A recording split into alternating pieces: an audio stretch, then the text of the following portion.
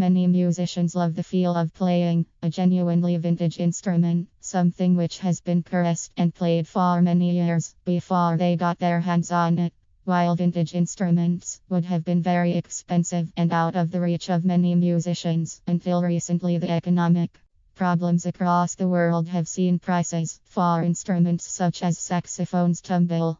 Using vintage saxophone dealers can now turn up some great bargains for musicians. For anyone buying a sax, the question will arise as to whether to buy a brand new instrument or a vintage item. There are pros and cons to choosing either a new instrument or a second-hand one, with a new instrument often feeling very exciting to play. New instruments will be in great condition and use the latest innovations in their design and manufacture, but can be expensive. A new horn can on occasion cost almost 10 times as much as a used equivalent, which restricts the choice of many musicians. If you are in the fortunate position of being able to afford a new instrument, then it can be a good idea to get one. There are other advantages than a lower price, though, if you decide to look for vintage or used instruments instead.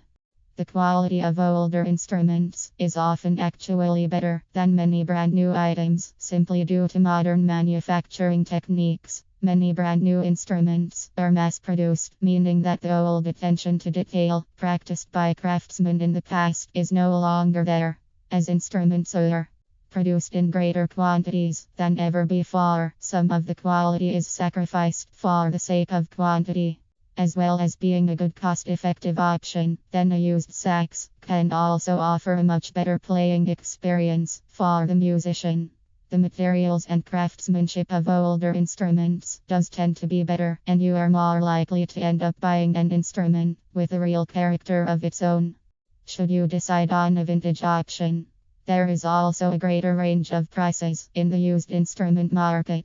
It is also relatively easy to find older instruments for sale, either in music stores or online.